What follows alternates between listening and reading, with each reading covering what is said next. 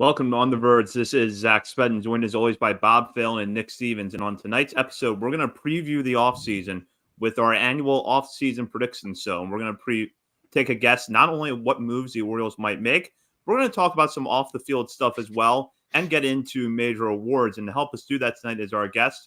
He is the host of Locked On Orioles, part of the Locked On Podcast Network, multi-time guest here on the Verge.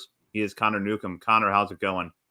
It's going great. Thank you guys once again for having me back to virtually on the pod after last time being in person, but always fun to be on the show. Yeah, always good to have you here, especially for these episodes, which we have a lot of fun doing, where we take our best crack at trying to guess what the Orioles are going to do. But as we do it at the beginning of every prediction show, we go back and we look at the predictions we did the last time we did a prediction show, and we recap them. And Bob went back, listened to that episode, jotted down a bunch of notes, and is now ready to read them off for us.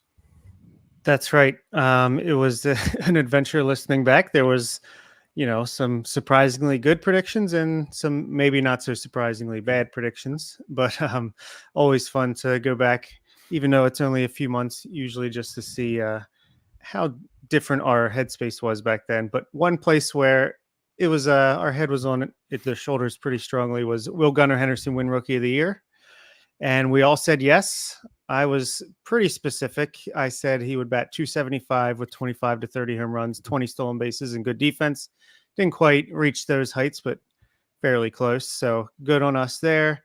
We all predicted the Orioles record, and let's just say we're all a bunch of negative Nellies after winning 101 games. How could we not see it coming? I said we would go 88-74 and make the wild card.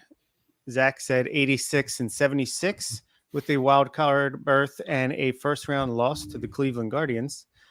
Nick said 85-77 with a wild card berth. That sounds like the last wild card to me. And then Connor said 83-79, a repeat of the 2022. Oh, thanks, Simkin. Record and missing the playoffs, but I'm sure you're happy that we bucked those predictions, right, Connor? Yeah, it was only 18 wins off, so it's in the grand scheme of a 162 game season, it's not that far off. Yeah, only like almost one a week. Yeah. What pitcher will lead the Orioles in strikeouts? We all said Kyle Bradish. I think we were all correct there. Felix Bautista probably had an argument before the injury. Who will lead the Orioles in home runs? Nick said Ryan Mountcastle. He was all aboard the Ryan Mountcastle train on the preseason predictions. Maybe if it wasn't for some vertigo, you would have had a shot. But me and Zach both said Anthony Santander with 34 home runs.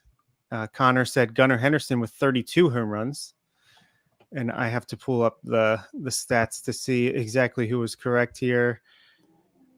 It was Santander, and Henderson tied with 28 in reality. So I say we all win there, except for Nick. Yeah. Sorry about that. Gold Gloves. We don't know who's going to win any of these Gold Gloves, but we at least know the finalists. Zach said Adley Rutschman and Cedric Mullins.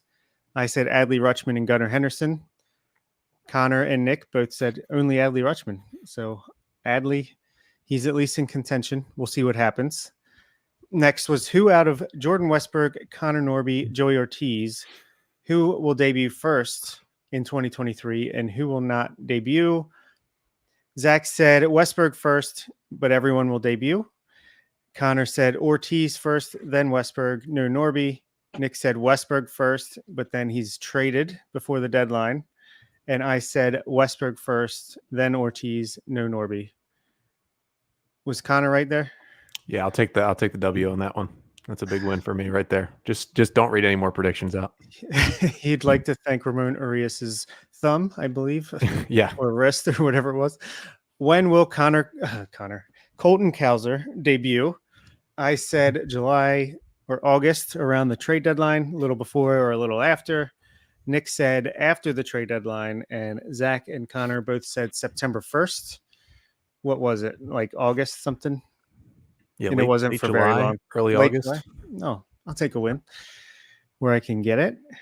Same question for Heston Kjerstad, and we all said early 2024. So, I mean, that was a pretty tough one to predict that he would sneak in there with an excellent season at the end of 2023. How high will Jackson Holiday get in 2023? Congrats to Nick, who said all the way up to AAA. He didn't say that he would, there'd be people begging for him to make his major league debut. Can't win them all. We all said AA would be the highest level he would reach. Will Grayson Rodriguez be top 3 in Rookie of the Year? I was the only one that said yes. I said third. He'll have 150 strikeouts in 110 innings pitched. I don't know why I got that specific, but he did have 129 strikeouts in 122 innings pitched, so not too far off, but I doubt that he'll be top 3 in the Rookie of the Year voting. All-Stars, Orioles All-Stars, I predicted 5. Adley Rutschman, Gunnar Henderson, Ryan Mountcastle, Cedric Mullins, and Felix Bautista.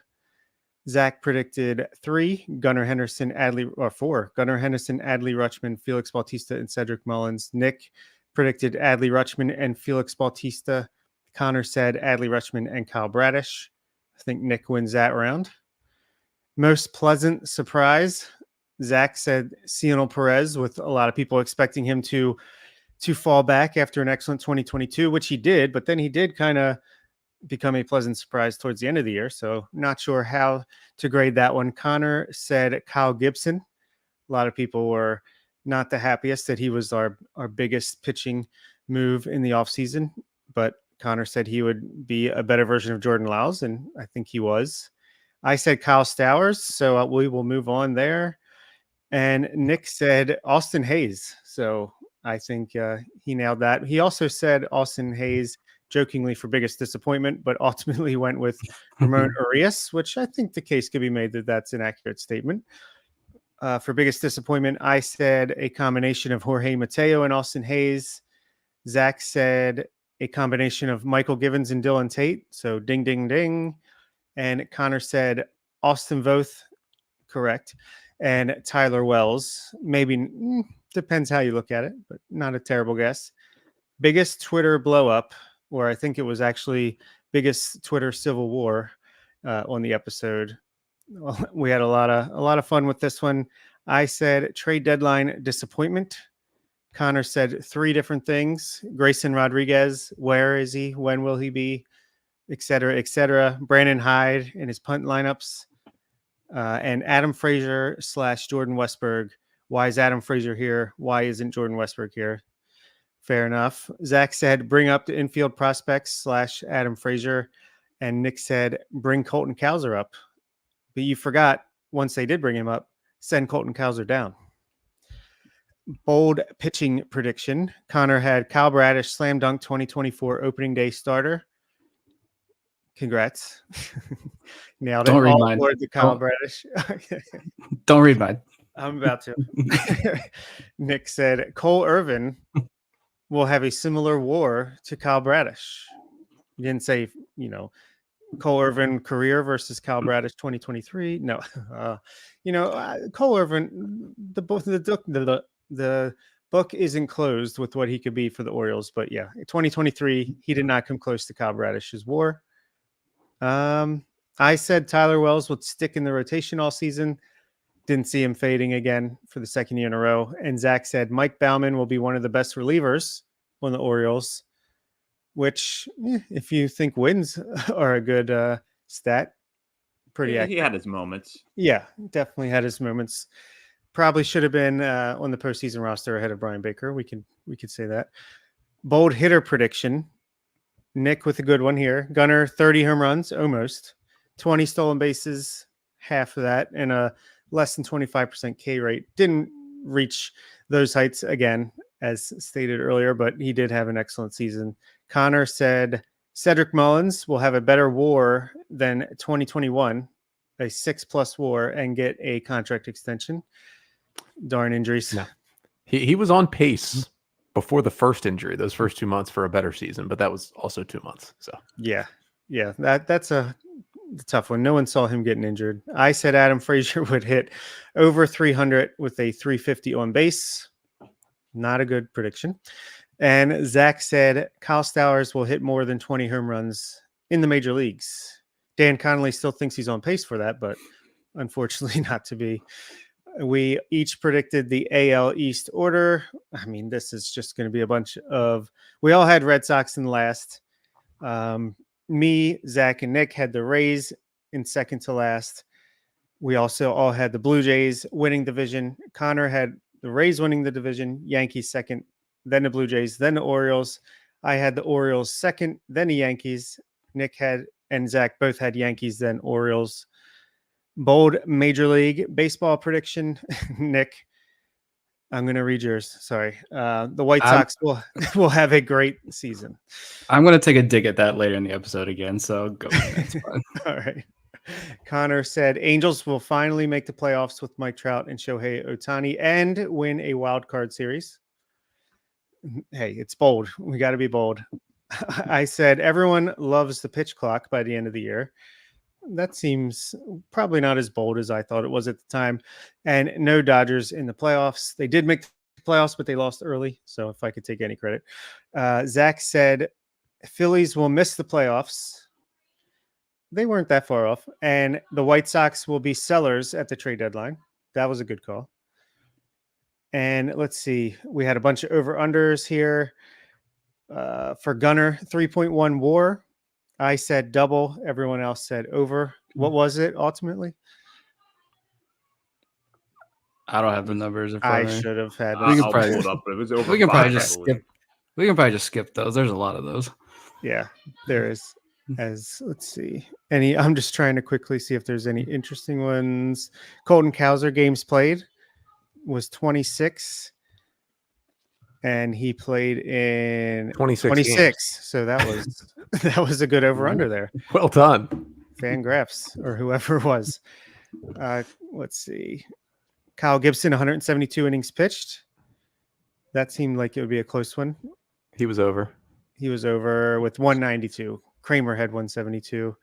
I think we all pretty much took the optimistic over-unders here. So we'll get to the last one. World Series predictions. Nobody's looking good here.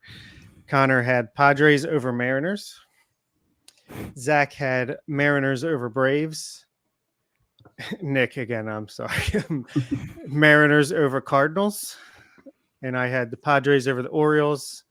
At least I was a homer. But no, no one had Rangers over Diamondbacks for some reason before the season started. What were we thinking? At least Zach and Bob, you guys had teams in there that actually made the playoffs. Yeah. Yeah. By the way, Gunnar Henderson's WAR, F4 was 4.6 this year. Darn, not double. I would have liked that. Yeah, because double would be like a historically great rookie season. And I tell myself this every time we have a prediction. So next time be less specific. And I know tonight I'm going to fall into some trap anyways. Oh, see, I like being more specific because then it's like funny if you get it wrong and you look like a genius if you get it right.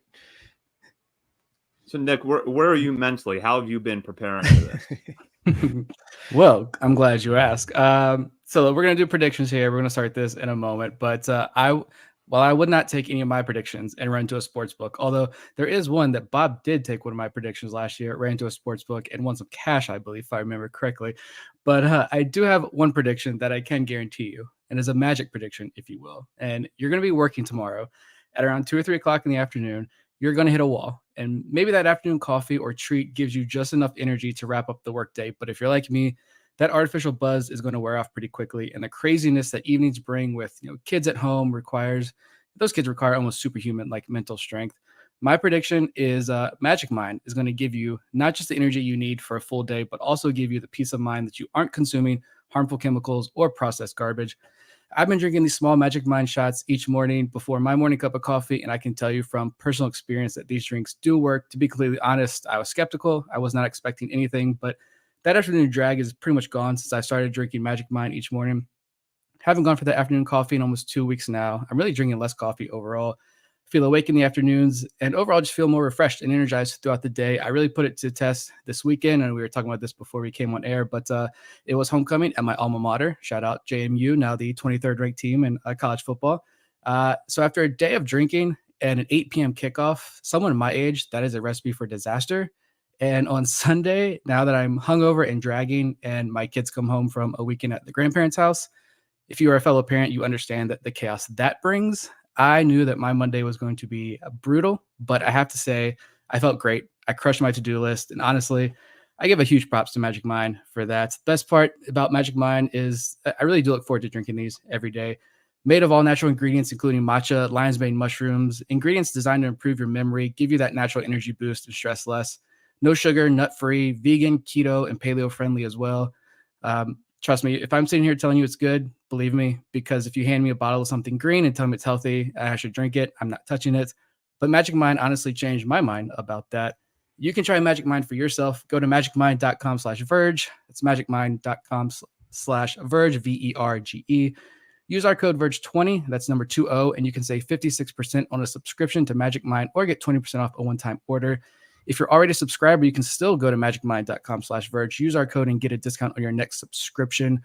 Really running this because I personally stand by the product. I use it. My wife is now hooked. She signed up for a subscription, so that monthly subscription automatically comes to her house every 30 days. It is awesome. Something else that is really cool with this product, Magic Mind does come with a 100% money-back guarantee, no questions asked, so there's no risk whatsoever.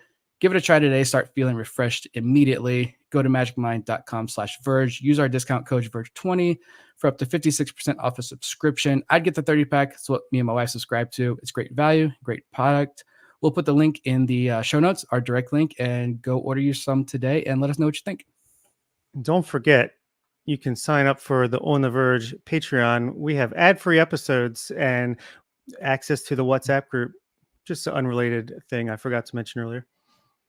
And with that, now that we're all focused here and ready to go with our predictions, I'm going to read off the first one, which is probably the biggest point of speculation for the Orioles offseason so far. Will Anthony Santander, who's entering his contract year, be traded this offseason? I'm going to let Connor start this one. My hope is no. I think this move, whether it's made or not, is going to tell us an unbelievable amount about how John Angelos and Mike Elias plan to move forward with this team. This is a move with a guy who's going to be due about $13 million, who is becoming a free agent, who is somewhat limited in what he can do, at least defensively, and how versatile he can be. And with guys like Heston Kjerstad and Colton Cowser coming behind him, if they make this move, this signals we are trying to be the Rays and the Guardians. If they don't make this move, it doesn't mean they're not trying to do that, but it just means we're holding on a little bit longer. I'm going to say no, and I'm going to say no because not for a lack of trying, but I think they just might not find the right trade partner. I hope not. I said last week, I'm honestly kind of tired of hearing fans eagerly push him out the door and trade him so quickly. I want that bat in the lineup next year. I think that's a great point by Connor. I was thinking that too, that if they do trade Santander and decide that they don't want to pay a middle of the order bat in this lineup, that amount of money, then that's when I do start to get a little bit concerned about what the future is. I know he has the defensive limitations and all of that, and there are some big bats coming up in the system as well, but I say no. I hope not. I don't think so. I don't think his value on the trade block is going to be as valuable as he is to the 2024 Orioles. Yeah, it's a hefty price tag for it shouldn't even be a consideration, but I understand just because he's going to make more than double-digit millions that he might need to go, according to John Angelos. But I think he's just the perfect candidate to spend his contract year in Baltimore, finish the entire year, get a qualifying offer. He'll either accept it and come back for one more year or decline it, and the Orioles will get the coveted draft pick for letting him go when he signs with someone else. So I do not think he's traded. I wouldn't be shocked if he was, but I think it would take, we know Mike Elias likes to win trades, as we all do. So if someone offers him a good enough deal, I could see it. I just don't think that's going to happen. Yeah, I fully agree with Bob. I don't think it's going to happen for that exact reason, which is that the value he's going to bring back in a trade is not going to offset or come close to the value of keeping him around for 1 year to let him have another 25, 30 homer season with about 3 wins above replacement. I also think it's kind of telling that we didn't see a lot of Heston Kjerstad in the outfield. And I have to think that if the Orioles felt like Kjerstad was going to be their right fielder next year, they would have used him in the field more down the stretch, but they didn't. And while defense is not Santander's strength, they know what they have there. So I think he's back next year. And I just think, like, I don't know. I think they're going to probably play more of the prospects / young players next year. And I think if you keep Santander, that's one less spot that you might have to do that. Or, I don't know. It's weird. It's going to be interesting to see how much they rely on the youth next year, just because it seemed they were very reluctant to this year. But I feel like the level of prospects that could debut next year might make it a little more swallowable, if that's a word. We will find out. In the meantime, will any Orioles win a major award, Rookie of the Year, MVP, Cy Young, etc. next year? We'll start with Zach on this one. Brandon Hyde will win Manager of the Year. Gunnar Henderson will win Rookie of the Year. And Mike Elias will win Executive of the Year. Yeah, that's the trifecta, right? Brandon Hyde for Manager, Rookie of the Year, Gunnar, Executive of the Year, Mike Elias. I know, was it Sporting News that they just did that? They won all three of those categories. So I see it happening in the official voting as well. Yeah, those are probably the pretty easy ones, and they will all most likely win those awards. I could see Elias maybe not winning, but I feel like the Manager of the Year is so much based on just how much did you outperform expectations. And when the Orioles were predicted to take a step back and they win 101 games, you hand that guy the award every time it happens. Indeed. And what about Cy Young? Where will Kyle Bradish finish in AL Cy Young voting? Had a phenomenal year. Will it be top 10, top 5, top 3? What do you think, Connor? You are the Kyle Bradish bandwagon leader. What do you think? 5th. I don't really know who exactly finishes ahead of him. It seems like this is probably Garrett Cole's year to finally win. But I would say probably 5th. I think there's some people that are like really Bradish heads and give him like a 2nd or 3rd place vote. And there's other people who have never heard of Kyle Bradish because they cover their team and they only see the other teams when they come into town. So I think he'll settle somewhere around 5th. Yeah, I just said top 5. But I mean, regardless, he answered a lot of questions this year. It was kind of coming into the year. I kind of felt like, are we going to see first half Kyle Bradish? Are we going to see second half Kyle Bradish? Are we going to see some mixture of the two? And I think he definitely exceeded my expectations. Almost a 4-WAR year. Some people throwing around the term ace. Regardless, this is a guy who's kind of cemented his place at or near the top of this rotation for hopefully a good bit to come. I'm going to go a little bold here and go 3rd. I think that there is going to be some value to one being the best pitcher on the best team in the league, having a sub-3 ERA, the first Oriole to do that since 1992, and doing it in the American League East. So I think voters are going to kind of give him some nods there. He's not going to win the award. I think Connor's right. It's Garrett Cole's year. But I think Bradish is going to do pretty well for himself in voting. Yeah. I would have said top 3 if he didn't get hit by a line drive in his first start of the season, but I'll say top 5 since he did. All right. I can go to the next one here. It's first really, truly interesting, debatable one, and that's non-tender, looking ahead to this offseason. Do the Orioles non-tender anybody? Connor, any guesses? Yeah, I mean, they've got 16 ARB-eligible guys, which I believe is 2nd in baseball, if not maybe tied for 1st. It's kind of an insane number, although not a lot of those guys are like at the back end of arbitration. It's a lot of young guys hitting ARB for the first year or being ARB2 guys this year. A couple of guys that stand out are like McKenna and Keegan Aiken, but I almost think those guys are going to be so cheap. They're going to be due around like $800,000 each, that those are guys who maybe don't non-tender at first, but then if you want to get rid of them, you just DFA them later in the offseason. Like they're not so much money where, because McKenna still could have value. Aiken probably not, but maybe if he's healthy could still have value.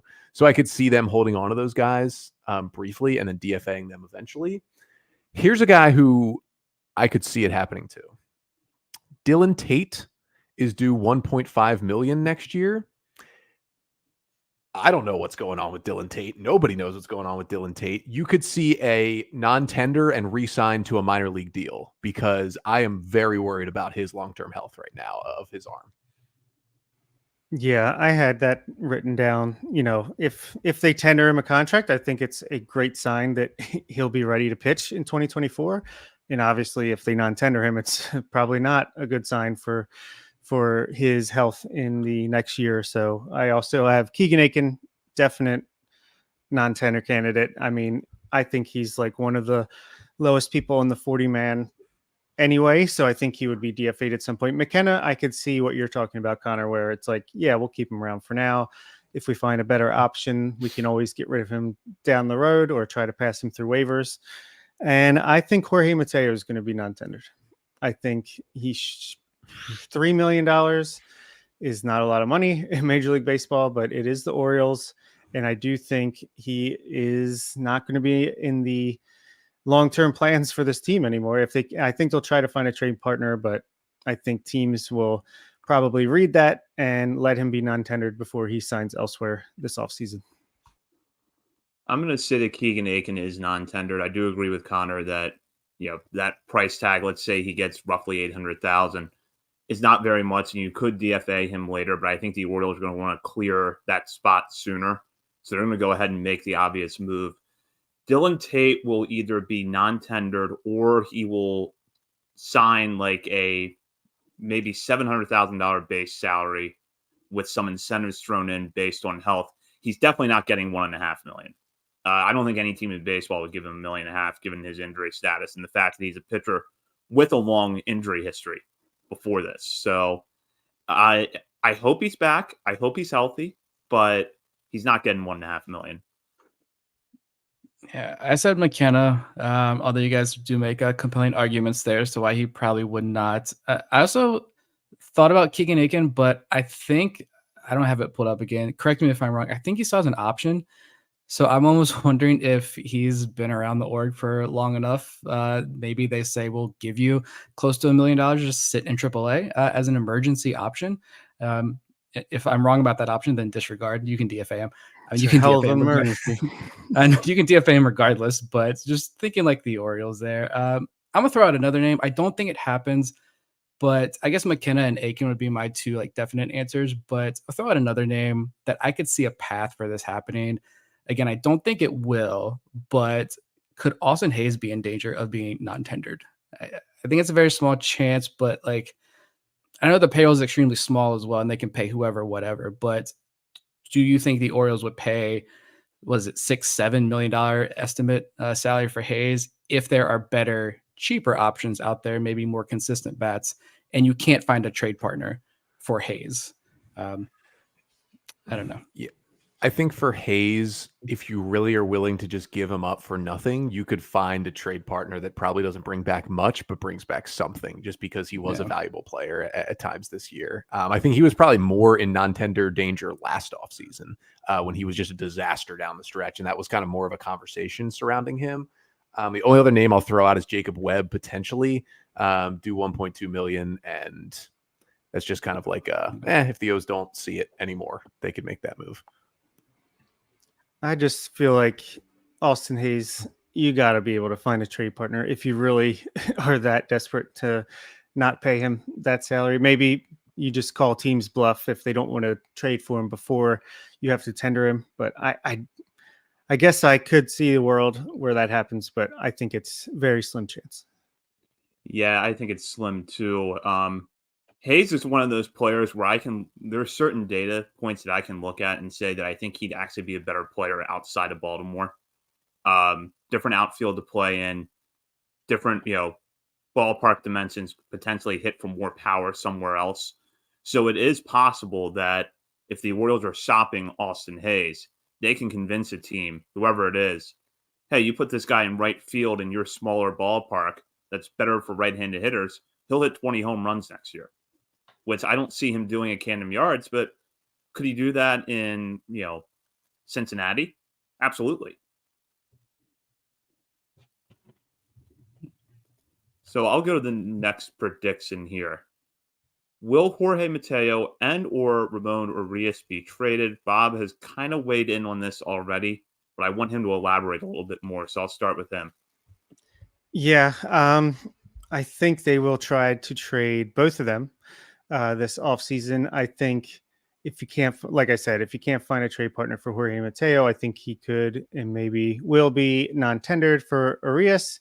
If they don't find a trade partner, I think he'll be back because he's very valuable at this point, maybe more valuable to the Orioles. We'll see, but I feel like the Connor Norbys, the Joey Ortizes of the world are going to maybe make him a little irrelevant as well. But, he's still got, 3 years of team control left. I don't know. He can play third, second really well, first base in a pinch, shortstop in a very real pinch.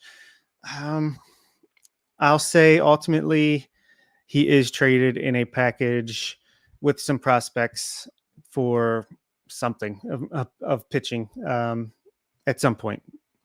We'll see. Yeah, I said maybe, yeah, the kind of guys you could maybe beef up a trade package with. I could see if you're making a deal with the right organization. But honestly, kind of felt like Ramon Urias, maybe he sticks around, but next year, maybe early next season, some team gets hit with a big injury and they need infield help. Maybe they come calling for Ramon Urias. And at that time, especially if you're keeping someone like Jackson Holiday down in AAA for the first couple of weeks, by then Holiday's ready to make the jump. You've got some other guys that you're ready to bring up, and maybe then Urias, and you get a little bit more for him. I don't know. He could be a throw-in, but I kind of see him being dealt potentially even 1-for-1 for like a relief type, swingman type kind of Cole Irvin style pitcher who the O's want to bring in just to have that guy who they say, hey, we're going to put him in the bullpen, but he could start for us if we needed to. Yeah, I agree with Connor. I think that Urias is going to be traded. I don't know that he's going to really make a package more enticing necessarily if you're going after a bigger name guy, but I do think he can be moved to get you bullpen help. Mateo is where I'm the most conflicted because I could see him getting non-tendered. I could see him being traded, but I could also see him back next year because he can play shortstop. His speed is an undeniable game changer. And if you don't have to rely on the bat as much, maybe there's a utility role that works for him. The Orioles might believe that $3 million is too expensive for that kind of player, in which case he's definitely gone this offseason in some way, shape, or form. But I'm not as convinced that Mateo is going to be traded as I am Urias. I mean, regardless, Mateo, I have my issues with him. I did see the positives. I think I mentioned on the show, come playoff time, that felt like you definitely see the value Mateo brings now, but can we sit with him for a whole nother season? But regardless, I mean, we had, what's his name from Baseball America on Kyle Glazer on this show saying that Jorge Mateo was nothing and the Orioles did get some value out of him. So just a quick little shout out there to Mateo. All right, let's see. Will the Orioles retain any of their free agents? For reference, those would be Adam Frazier, Kyle Gibson, signed to 1-year deals, Fuji and Jack Flaherty, who were trade deadline acquisitions, and Aaron Hicks, who was picked up off the scrap heap after being released by the Yankees. What do we think, Zach? I'm going to say that none of them are back. I think that Flaherty didn't really show a whole lot to entice me to want to bring him back here next year. Aaron Hicks, that was great for a few months, but you've got other outfielders in the system that are going to be better than Aaron Hicks, so you turn over to them. And then as for Gibson, he did exactly what the Orioles wanted him to do, but I wouldn't be surprised if a team is willing to give him a 2-year contract. I mean, the Royals were willing to give Jordan Lyles 2 years after last year. So there's going to be some pitching desperate team that will sign Kyle Gibson like a 2-year, $18 million deal just to have a body in their rotation. So I don't think he's back. Fuji's the hardest one for me to pinpoint. If he had made the postseason roster, I might say yes. But the fact that they left him off, and I think they were justified in leaving him off, but the fact that they left him off makes me question if they really see any path forward with him. So I'm going to guess for now, no, that he's not back. I'm going to kind of jump off of Vivek's comment right there. The Orioles love Aaron Hicks. Brandon Hyde loves Aaron Hicks. The young Orioles, and I've heard this from multiple people, loved Aaron Hicks.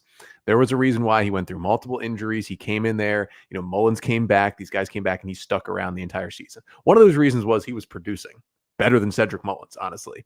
But they love Aaron Hicks. And I could, at worst, see Hicks coming back to be kind of a guy who sits there while you make sure Kjerstad and Kauser are ready. And he's there, and he can play all three outfield positions, and he provides really, really good leadership in that clubhouse. They love that guy. He seems to be like one of the great guys in baseball.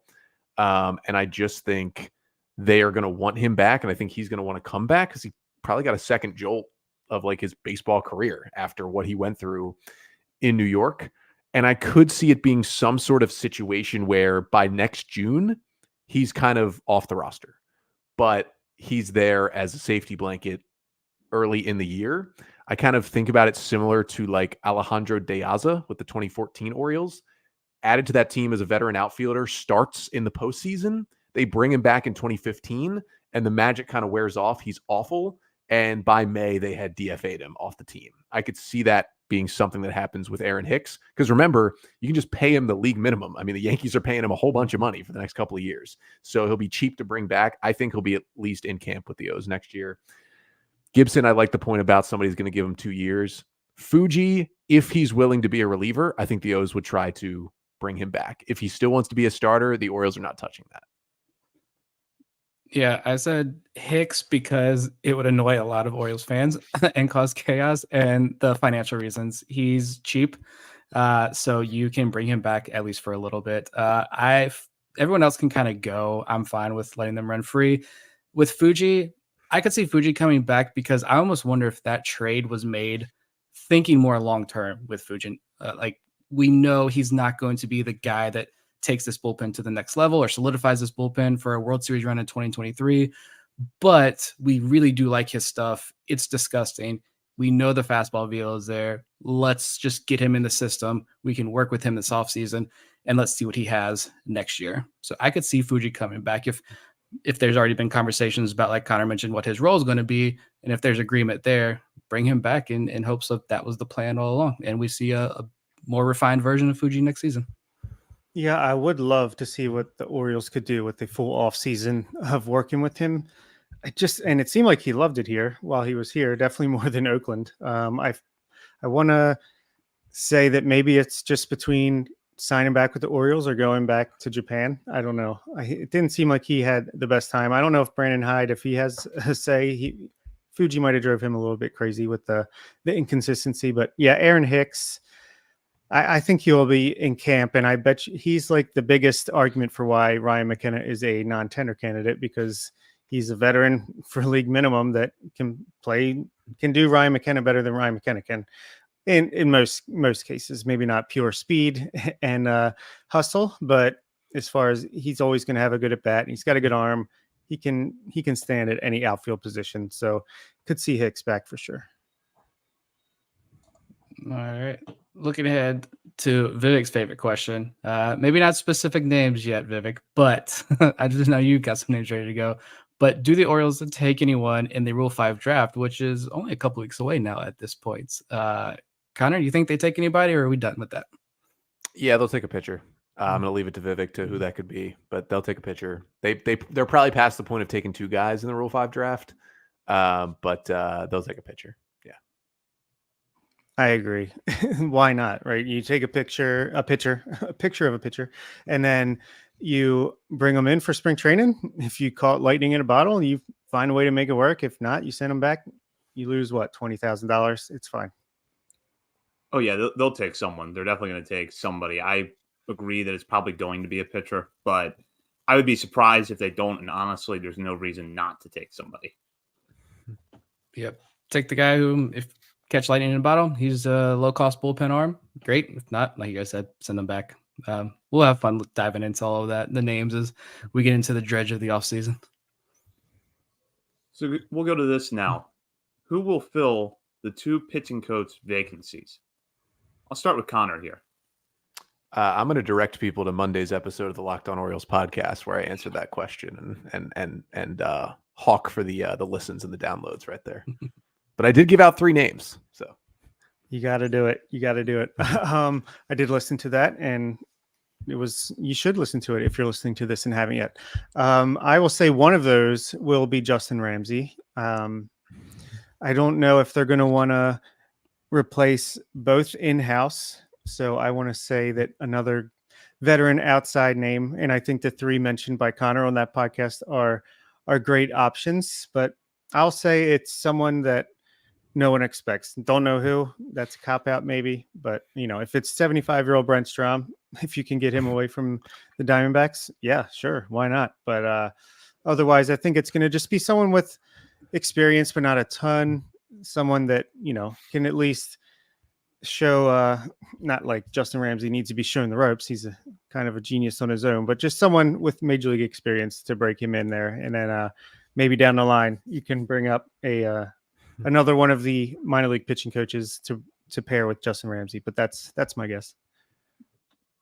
Yeah, I don't have an answer for this one. Sorry. I don't know. Other coaches didn't look into it. But I will say it is going to be Justin Ramsey. I think that moves up. And just like we saw with Ryan Fuller come up and you pairing with Matt Borg-Schulte, a guy who had experience in other organizations, you bring that up. Ramsey's already been working with the upper levels, working with some major league guys, working with kind of the upper levels of the minor leagues as well. So he's involved with a lot of the decisions and analysis with the draft and everything that I know. I think he'd be an outstanding hire. You pair him with guys like Grayson Rodriguez and some of the younger guys in this rotation who he's worked with and really helped out. And bam, hopefully that's a winning combination. Yeah, it'll be Justin Ramsey and an external candidate. I don't have a particular name in mind, but it will be someone who's not in the organization currently. But remember, we did drop some actual names on Monday's episode of the Locked On Orioles podcast. Well, here's a nice, easy softball question for you guys. Predict the Orioles free agent signings. Nick. Yeah, real softball. I don't know. I was trying to think what the Orioles would do. We know it's not going to be the Aaron Nolas of the world, obviously. I said the biggest possible option, and obviously this is dependent on A, him opting out of the contract, and B, the Orioles willing to spend a decent chunk of change, at least decent chunk of change by Orioles standards. And I said I'd really like to see Eduardo Rodriguez if he opts out. I wanted them to trade for him at the deadline. The lefty arm, he just turned 30, coming off a great year in Detroit. Be interesting to see what his decision is, though. The other guy, I'm going to throw out one more name as the veteran arm that they bring in. And I'll throw out Hyunjin Ryu from Toronto. Lands probably in that $10 million range. He is further removed from Tommy John. It's not going to strike out a lot of guys, but he limits walks, limits hard contact, keeps the ball on the ground, doesn't walk a lot of guys. Not my dream there, but I'm looking at one possible arm there as Ryu. Could be a candidate. I made a short list here for people who listen to my podcast. I'm sure this will change throughout the offseason because we have no rumors yet. We really don't know anything yet, but I put together 4 guys. I put 2 relievers in there because I think they're going to need the help. Ronaldo Lopez was one of them. I think I would pretty much guarantee the Orioles put a claim on him when the Angels put him on waivers. He's got really electric stuff out of the back end of the bullpen, and I still don't think he has reached his full potential as a reliever because it wasn't too long ago that he was still a starting pitcher, and I don't really trust the White Sox pitching development or the Angels pitching development to get the most out of Ronaldo Lopez. So I think he could be not super cheap, but it could help them. Jacob Junis is a guy with some really, really interesting pitch types and pitch movements. He was kind of a swingman with the Giants the last couple of years after coming over from the Royals. That's a really interesting guy who at worst is a solid middle reliever, and at best you turn into a like Austin Voth catch lightning in a bottle, but for a full season, like 2022 type starter. If you look at the Orioles, how they like to just bring in an innings eater to help out with their young starters, you could argue that the best true innings eater out there is Kyle Gibson, which is very funny to look at. But everybody on the free agent market is either out of the Orioles price range or has a lot of injury questions or just was like a reliever starter hybrid this year, and you can't count on a lot of innings. So if I don't think they're going to bring back Kyle Gibson, I say they go for the little bit more expensive with a better track record, but worse 2023 option in Lance Lynn, who could definitely eat some innings and is definitely going to give up a lot of homers, but maybe the big wall in left helps him out a little bit because those homers were ridiculous this year. And the last guy this is a name I just threw out there because I think he got cheaper over a kind of a struggling second half of the season this year. And Brandon Hyde and Mike Elias love utility guys, so why not try to bring in Whit Merrifield for this team? I know, probably not the best clubhouse guy, it seems at times, but, if they really like what he can bring, maybe they bring in Whit Merrifield. So that's my list of 4 that the Orioles are sure to not sign, but there's the prediction. I would love to see Ronaldo Lopez, an Oriole, but I did not have him on my list. I'm going to predict that they get into pitching, and the guy that I'm going to throw out there is David Robertson. I think they can get Robertson on a reasonable 1-year contract. It gives them another option, a closer, a veteran that can be an anchor at the back end of the bullpen. So I'll put his name out there.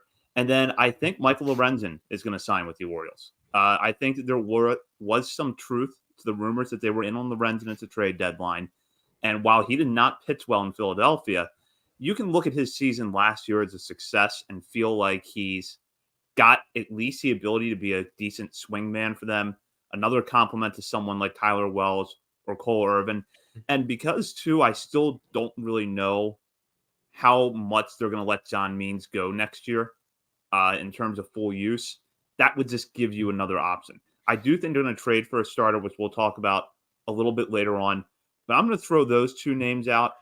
And one just popped in my head that could be an interesting under-the-radar move. Harrison Bader.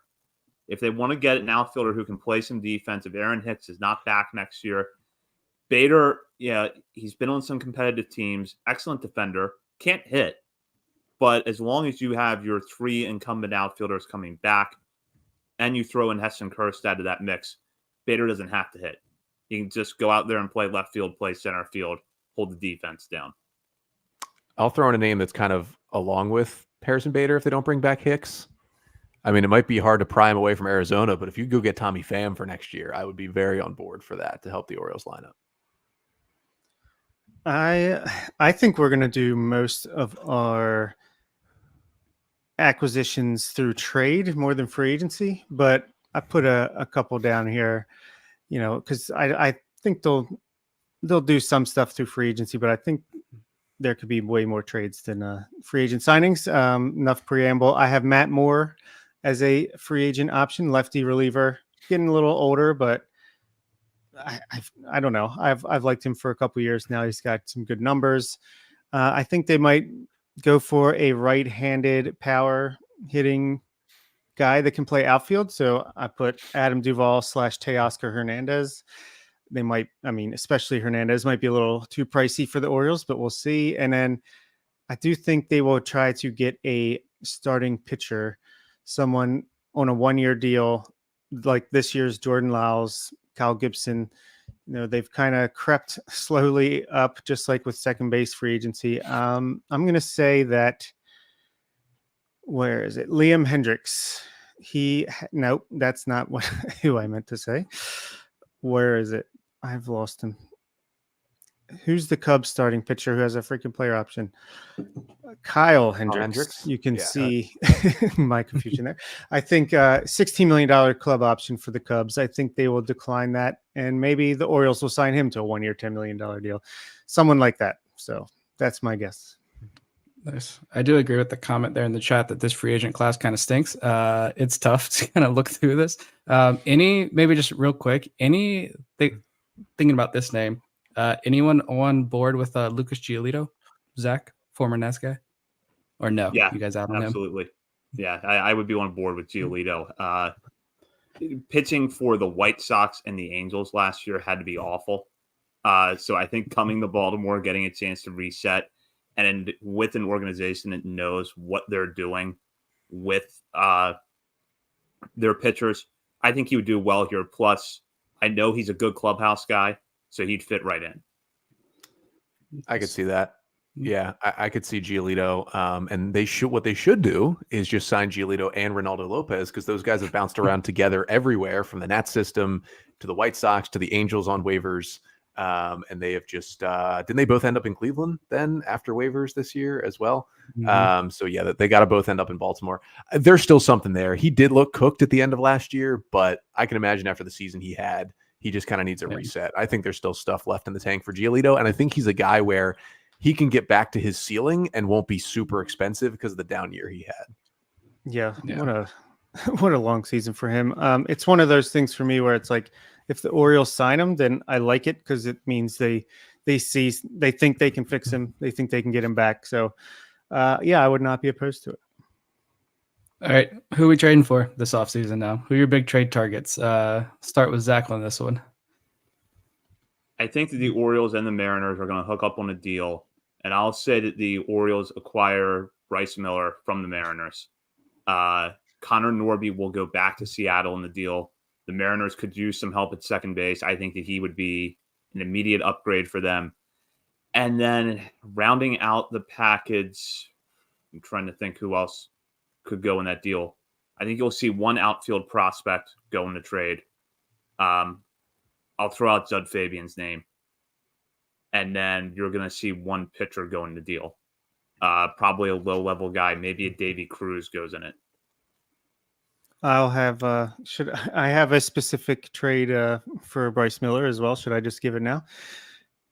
Go All for right. it. Yeah. I had one of Hayes or Ramon Arias. So one major league piece, their choice between those two. One of Connor Norby / Joey Ortiz, their choice. And a lower level guy from the FCL or DSL that's not like one of the big name guys. I am just going to say that, you know what? Let's keep it positive. The Orioles just send it with Brandon Woodruff out for the year next year. The Brewers kind of take a step back. They look around and they say, let's get guys who can help us now. And Corbin Burns, we're not going to re-sign him. We've already burned that bridge. And the Orioles get him for like Kobe Mayo and CNL Perez or something like that. And does he re-sign with Baltimore? Absolutely not. But the Orioles finally decide to do something that excites the fan base and says, we're trying to win right now. Yeah, I could see the Orioles trading for Burns, but he's only got that 1 year left. I don't know if I would give up Mayo for him, but you might have to if that's what you want to do. So, yeah, I said, you know what? I said let's get positive as well and say, talking about the White Sox and my prediction earlier, we're going back to that. I'm gonna say that Orioles go out and get Dylan Cease, and I typically always have the White Sox involved in like every prediction show we do. But this is like a dumpster fire organization. They burn me every time, and I refuse to learn my lesson. But I'm going to touch the hot stove again, even after being yelled at over and over and over again, because I'm stubborn. And I'm going to say that Chicago realizes that it ain't happening anytime soon. They should have realized this years ago. But they finally just, let's bake it in here. They break finally when the Orioles offer more of a quantity over quality type haul. Like, yeah, we're going to have to give up one, maybe even two top 100 guys. But when you look at the rest of the package, Orioles fans are going to be content with this deal when you look at the plethora of talent we have. But I say the White Sox finally cave. They get enticed by the near MLB ready talent the Orioles were able to offer. Maybe a couple DSL flyers as well. And welcome to Baltimore, Dylan Cease. and Would Jerry go ahead. Reinsdorf take Kyle Stowers for Dylan Cease straight up? And See throw it. in Taron Vavra too. If Tony La Russa told him to, he would. Yeah, We got to get Love to it. Tony first. That's Yeah. stage one. we probably should take advantage of the White Sox if they've come down from their Jackson Holiday asking price. But from a more general sense for the trades this offseason, I'm thinking the Orioles will be buying and selling at the same time. So Austin Hayes, Ramon Urias, if you can sell them in a package where you're buying as well, or just in separate deals, I could see them going. And then I do see a trade with the Mariners in the works, but I wonder if the sights are a little bit higher and Logan Gilbert is the target instead of one of Bryce Miller or Brian Wu. I think we'll trade for that legit top end starting pitcher and some relievers, maybe a surprising bat or two if they have to give up, I don't know, more than they're expecting from that infield surplus. If it's not as much of a surplus, then maybe they also bring a bat in somewhere along the same lines. But I think they're going to be active on the trade front this offseason for sure. And I'll go now to this prediction. Your bold Orioles prediction for the offseason. And I'll start with Connor here. I mean, I think trading for Corbin Burns was pretty bold. That would kind of go away from everything the Orioles have done, going after a real player, giving up a real prospect, and getting a guy who only has 1 year of control left, knowing well that John Angelos ain't shelling out anything close to the money that gets him. So I guess I'll just stick with that. I mean, honestly, I think trading for Burns now is bolder than it would have been last offseason because of the 1 year control thing. Because at least if the Orioles were trading away a top prospect last offseason, you could sell that, well, you have 2 years of Corbin Burns. Like, that's a pretty good deal.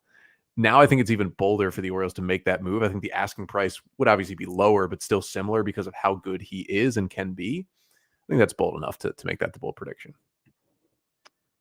That is a very realistic, bold prediction. And I'm going unrealistic, bold, almost fairy tale-esque bold here. And I'm going to say, welcome to Baltimore, Blake Snell. It's not going to happen. I know it's not, but I'm going to dream. Going to dream a little bit. That's another prediction at the end of the episode.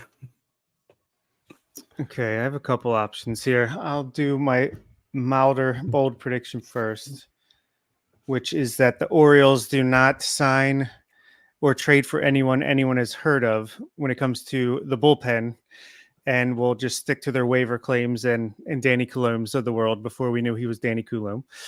And then I want to say they'll sign a prospect like Kobe Mayo to an extension before he debuts, 10 years, $100 million, something like that. Or I was going to say Jackson Holiday, but it's it's not going to happen because Scott Boras is his guy. So a non-Scott Boras prospect or young player to an extension, kind of pulling that move we saw last decade more than I feel like now the players will debut and then sign extensions, but one of those.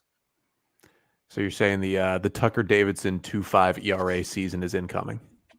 Yes, exactly. I'm going to predict, it'll go a little off the wall here, but it is supposed to be bold. I'm going to predict that word does get out that the Orioles made a competitive offer for a free agent who chose to go elsewhere. They were in on someone. They put a legitimate offer together. That player chose not to sign.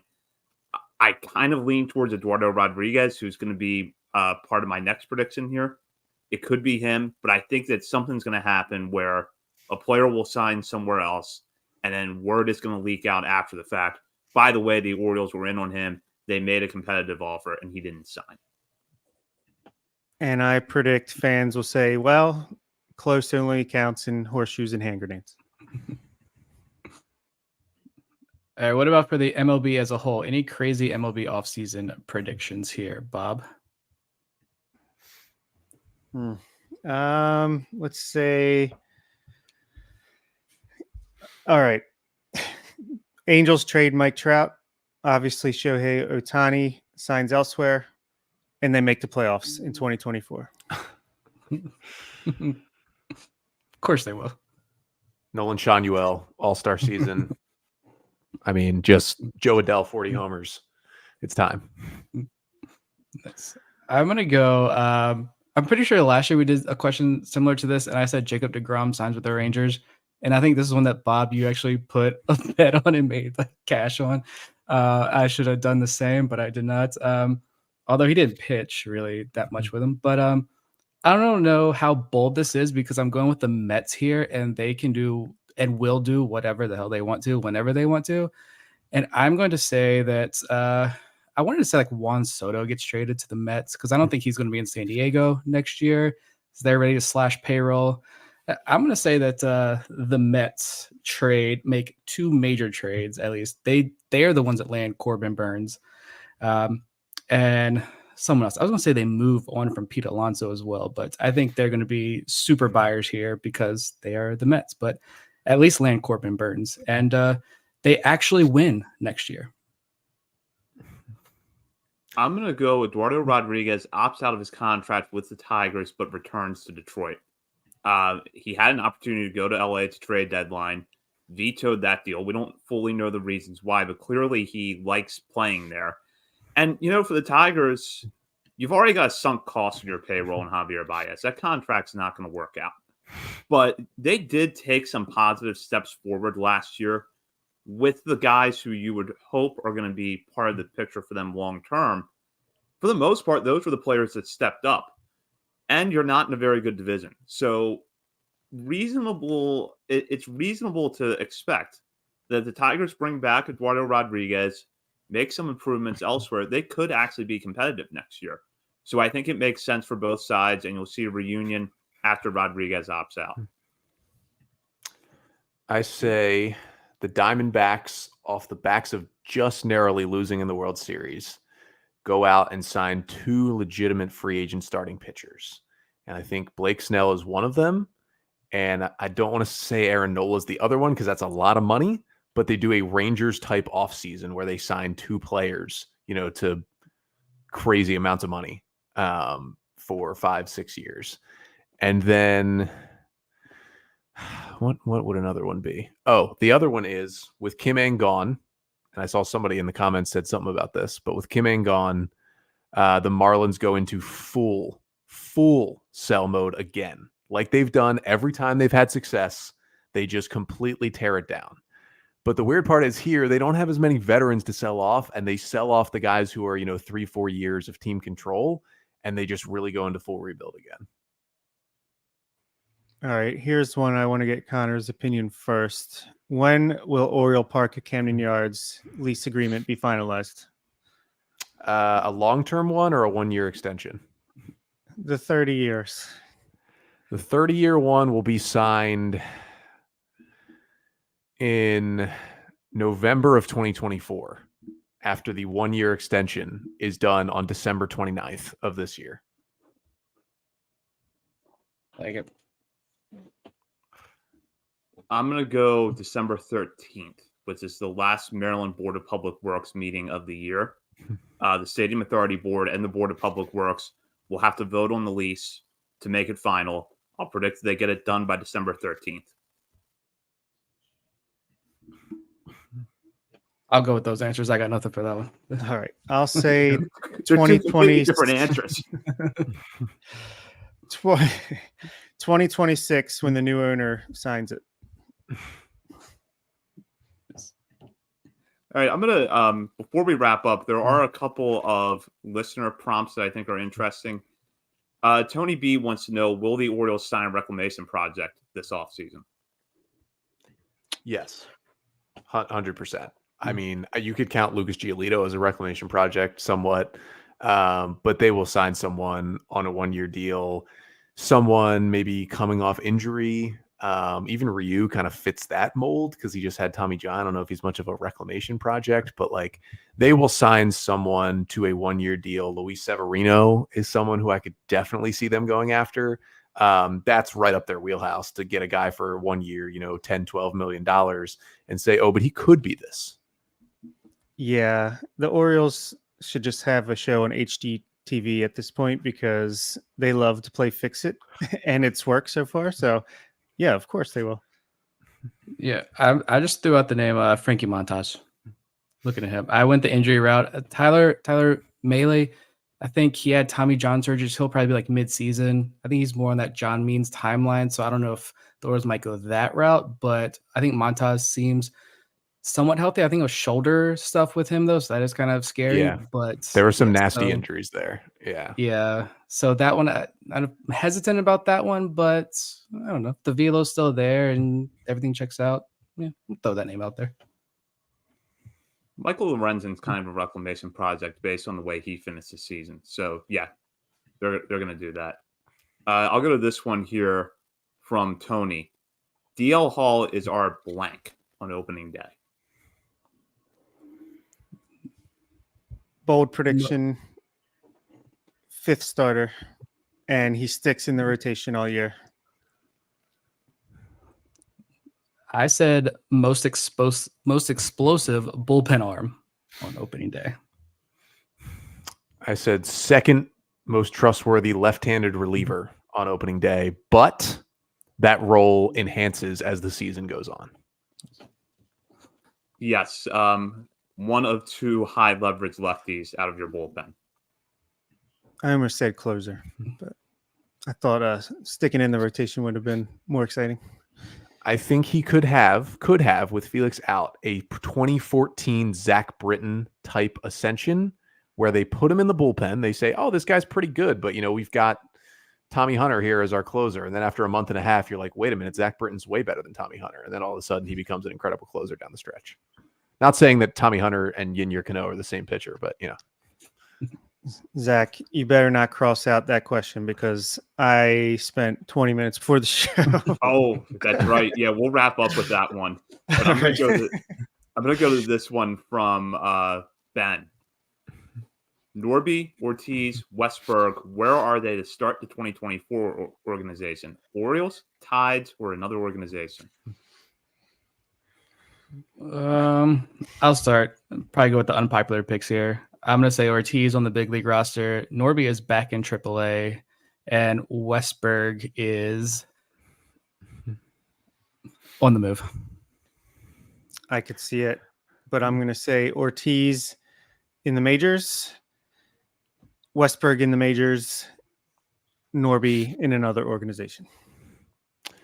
I'm going to say Westberg's in the bigs. Norby is still in AAA. And I went back and forth between Ortiz being somewhere and also being in AAA. I don't think it'll be the majors.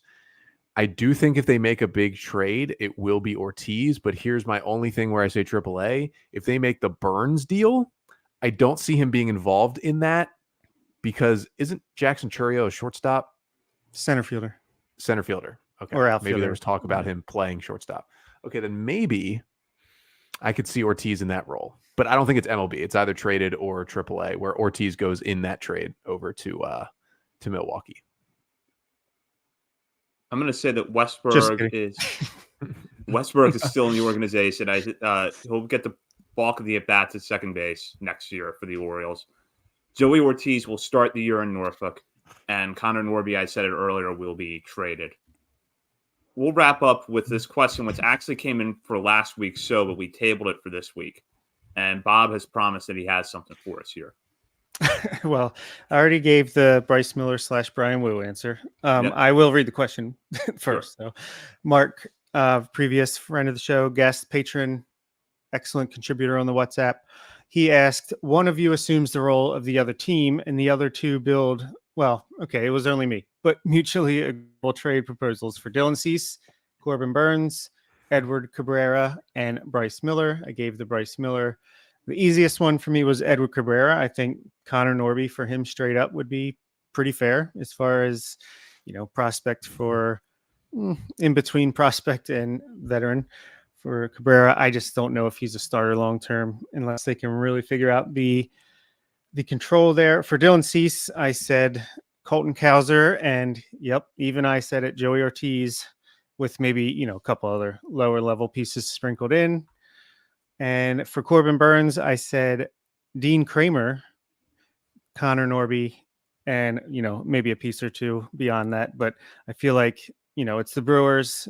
They are constantly buying and selling at the same time. Kramer has more, he's obviously not as good, not even close, but he at least has team control. And then I went ahead and did Corbin Burns plus Devin Williams. If you want to get crazy, Dean Kramer again, Jordan Westberg, Ryan Mountcastle, and some other pieces, maybe Dylan Beavers, et cetera, et cetera. I cooked up some stuff over here. Yes. I cooked up a couple of things. I have my Kobe Mayo and Ciano Perez for Corbin Burns already. My Cease trade was similar, except I added in more because I think the White Sox are going to want a lot here. So I did Joey Ortiz, Colton Cowser, Cade Povich, and a throw in from rookie ball. Just because I think the White Sox are going to want some pitching back. And we don't have a lot to give up, but Cade Povich is one of those guys.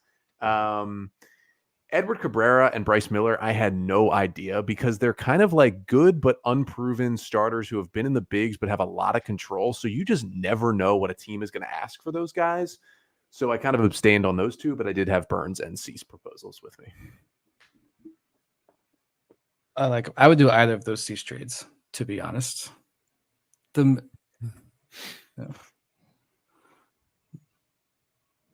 Yeah, I like those trades. I already touched on Bryce Miller. Corbin Burns, I do agree with Bob that Dean Kramer would make sense in that move because the Brewers are a team that never fully tears it down. They kind of retool every few years. It's a formula that generally has worked for them. So I would say that if you're going to do Burns, it would probably be Kramer, Justin Armbruster, Joey Ortiz would probably be at the top of the package. And then you throw in a couple of other players. And then for Cease, I actually do think Kyle Stowers would be part of that deal. So I would have him in there probably along with Joey Ortiz again, if I can do that. And then the rest of the package, maybe you see a combination of guys like Dylan Beavers or Judd Fabian. Armbruster could pop up in that deal as well. Alex Pham, if the White Sox like with his breakout.